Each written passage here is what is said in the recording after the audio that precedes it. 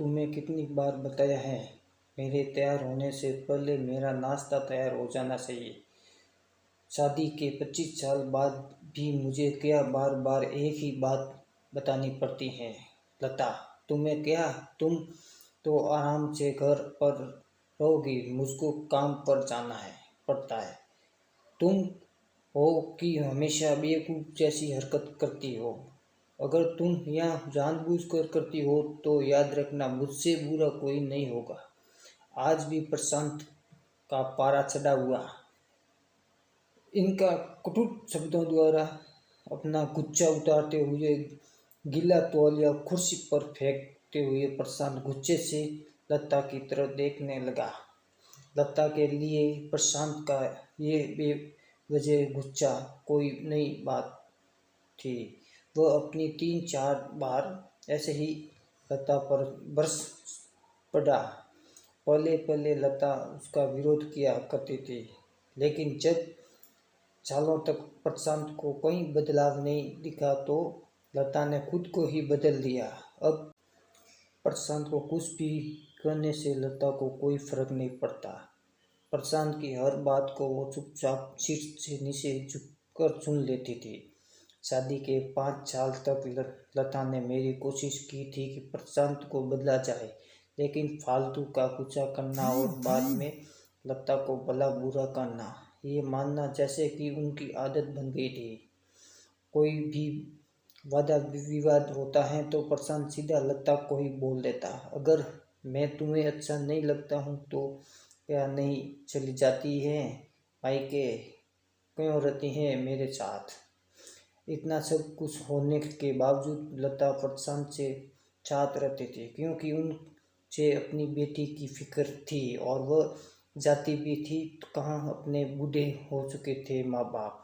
इस उम्र के परेशान करना वह नहीं चाहती थी। समाज और लोगों को क्या कहेंगे ये भी तो देखना था कि वह इतनी पढ़ी लिखी भी थी नहीं थी, खुद जाकर नौकरी कर सके और अपनी बेटी का पालन पोषण कर सके। लता को अब अपनी फिक्र नहीं थी कि उसको फिक्र थी बस अपनी शादी लायक हो रही है बेटी। तो लता नहीं चाहती कि पति पत्नी के झगड़े की वजह से काव्या की पढ़ाई पूरी हो चुकी थी। उसके लिए अब शादी के लिए रिश्ते आने लगे थे। कई रिश्ते को काव्या ने ठुकरा चुकी थी। 2-3 महीने बाद एक अच्छा रिश्ता आया रिश्तेदारों द्वारा और लोगों ने भी लड़के को बहुत ही गुणगान किए थे। प्रशांत एक शाम अपनी बेटी के पास बैठकर बताने लगा, काव्या बहुत अच्छा लड़का है, पढ़ा लिखा है, बड़ा घर, बहुत अच्छी नौकरी है, रिश्ते बार बार आते हैं बेटा, इस बार मान लो, मना मत करना।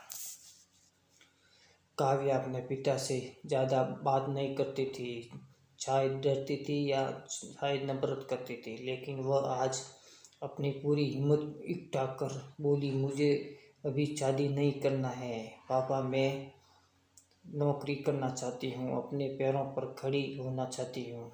हाँ तो उसे क्या बड़ी बात है, मैंने लड़के से बात की है, वो तुम्हारे किसी भी बात के लिए रोकेगा नहीं। तुम शादी के लिए भी नौकरी कर, वो तुम्हें नौकरी के लिए परमिशन दे देगा। प्रशांत बोला, मेरा नौकरी करना या उनकी परमिशन पर क्या डिपेंड रहेगा पापा, काव्या ने पूछा।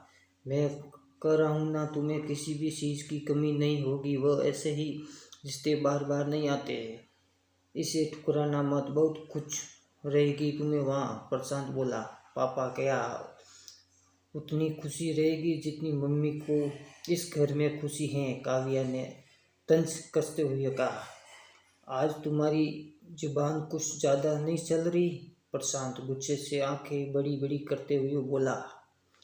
पापा मुझे शादी नहीं करनी है, क्योंकि शादी के बाद अगर वह लड़का आपके जैसा निकला तो मैं क्या करूँगी, मुझे आपके प्यार जैसा शास्त्री नहीं चाहिए।